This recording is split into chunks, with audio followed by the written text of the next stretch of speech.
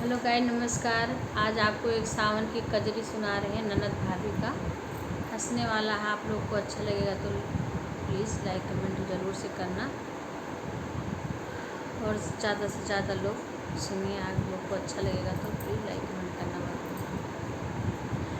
कैसे खेलन जइबू, कैसे खेलन जइबू सावन माँ का जरिया, बदरिया घेरे आवे ना नदी।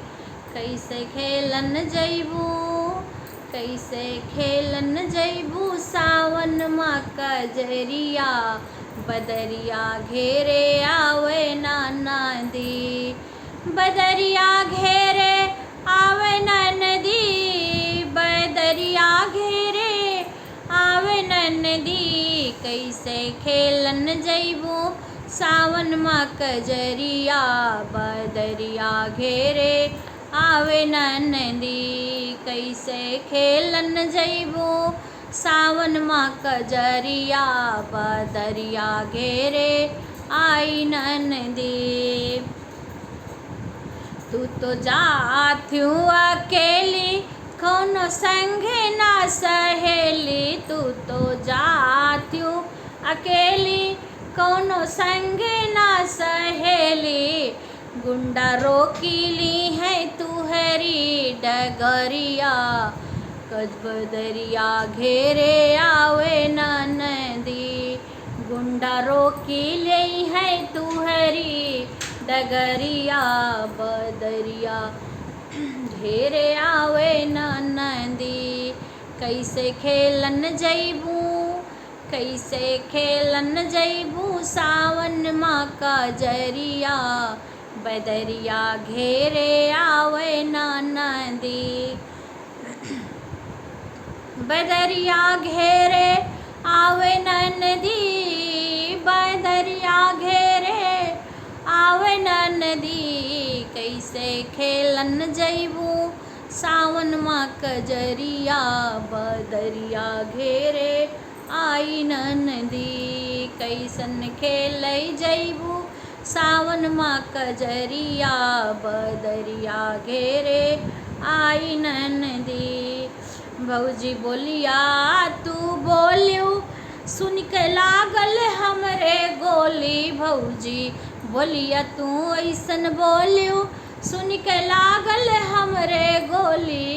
काहे पड़ल बाट्यू हमरे नगरिया, बदरिया घेरे आवे ना नदी।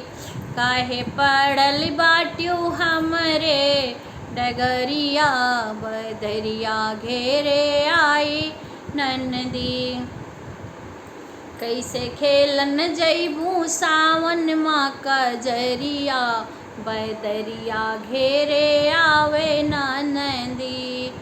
बदरिया घेरे आवे ना नदी, बदरिया घेरे आवे ना नदी। कैसे खेलन जइबू सावन माँ कजरिया, बदरिया घेरे आवे ना नदी। कैसे खेलन जइबू सावन माँ का जरिया, बदरिया घेरे आवे ना नदी।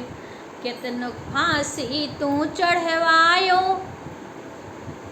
केतनक गोली तू मरवायो, केतनक फांसी चढ़वायो, केतनक गोली तू मरवायो, केतनक फांसी चढ़वायो।